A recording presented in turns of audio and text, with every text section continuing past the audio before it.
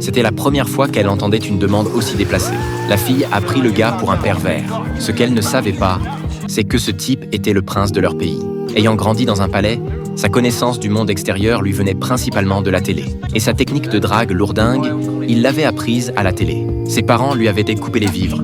Alors le prince, sans un sou en poche, n'avait d'autre choix que de bosser au resto. Mais il ne s'attendait pas à y croiser Amy, qui avait aussi un job là-bas. Du coup, ils allaient forcément interagir. Cette fille qui osait lui faire la leçon intriguait profondément Jack. Après le service, il a voulu inviter Amy au bal de l'école le lendemain. Mais elle a refusé. Pour elle, il restait un gosse de riche pourri gâté.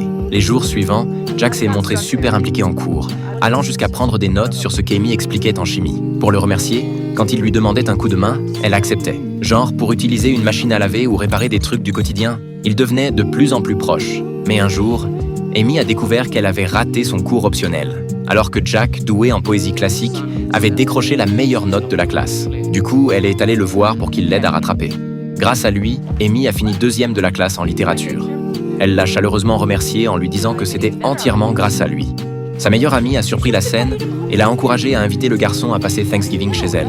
Mais Amy a prétendu qu'elle ne l'aimait pas. Par contre, quand sa pote a pris les devants, elle s'est empressée de l'en empêcher. « Tu veux venir passer Thanksgiving avec ma famille ?» Face à cette invitation inattendue, Jack, après un bref instant de stupeur, a accepté avec joie. Le lendemain, Amy l'emmenait chez elle. Contrairement à Jack, qui venait d'un milieu aisé, les parents et les frères d'Amy étaient de vrais ruraux. Au début, Amy craignait un peu que Jack trouve l'endroit minable. Mais elle a vite réalisé que Jack, qui découvrait la vie à la campagne, était super enthousiaste. Conduire les vaches, les traire, bosser au champ, réparer les machines abandonnées dans la grange. En à peine 2 jours, Amy a découvert un Jack complètement différent. Le père d'Amy a même inscrit Jack à un concours local de machines agricoles. C'était une première pour lui, et il n'était pas très doué. Du coup, il a bloqué le passage au gaz en tête alors qu'il avait un tour de retard. Même s'il n'a pas gagné, cette expérience inédite l'a rendu super heureux. Mais après, le concurrent qui avait perdu la première place à cause de lui est venu le voir. Sans un mot, il a collé une baigne à Jack. Avant que Jack ne puisse riposter, les frères d'Amy se sont interposés. Après une hésitation, Jack les a rejoints. Le soir, au lieu de rentrer, ils sont allés dans la grange où se trouvait la trousse de secours. En passant ces quelques jours ensemble, Amy avait vu les bons côtés de Jack. Quand leurs regards se sont croisés, ils ont cessé de réprimer leurs sentiments.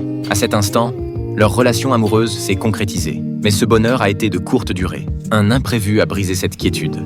Alors qu'ils avaient un rencard à la bibliothèque, une horde de journalistes a débarqué. On ne sait comment ils avaient appris que le prince étudiait dans cette école.